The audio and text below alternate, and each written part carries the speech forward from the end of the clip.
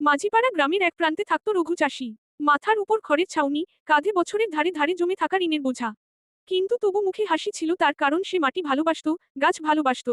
রঘুর ছিল একফালি জমি, যেখানে সে মরিয়া হয়ে ধান ফলানোর চেষ্টা করত। বর্ষাকালে নদী উপচে জমি ভাসিয়ে নিয়ে যেত, গ্রীষ্মে খরা পড়লে মাটি ফেটে যেত।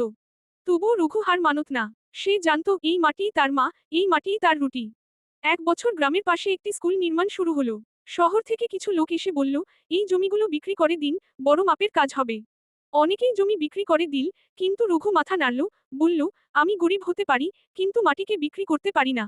পরের বছর আশ্চর্যজনকভাবে রঘুর জমিতে প্রচুর ফলন হলো। সরকার জৈব চাষ প্রকল্পে তার জমিকে মডেল হিসেবে বেছে নিল। তার ধান শহরে বিক্রি হলো, দামও মিলল ভালো। কয়েক মাস পরে সেই স্কুলের এক শিক্ষক এল রঘুর কাছে, তার ছেলেটি এখন স্কুলে পড়ে, আর রঘুর ক্ষেতের গল্প ছেলেটির পাঠ্য বইয়ে ছাপা হয়েছে।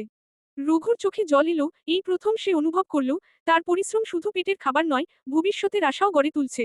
গরিব হলেও রঘু ছিল ধনী, হৃদয়, পরিশ্রমে আর বিশ্বাসে। তার জীবন আমাদের শেখায়, সম্মান আর সফলতা শুধু অর্থের উপর নয়, আদর্শ ও শ্রমের উপর দাঁড়িয়ে থাকে।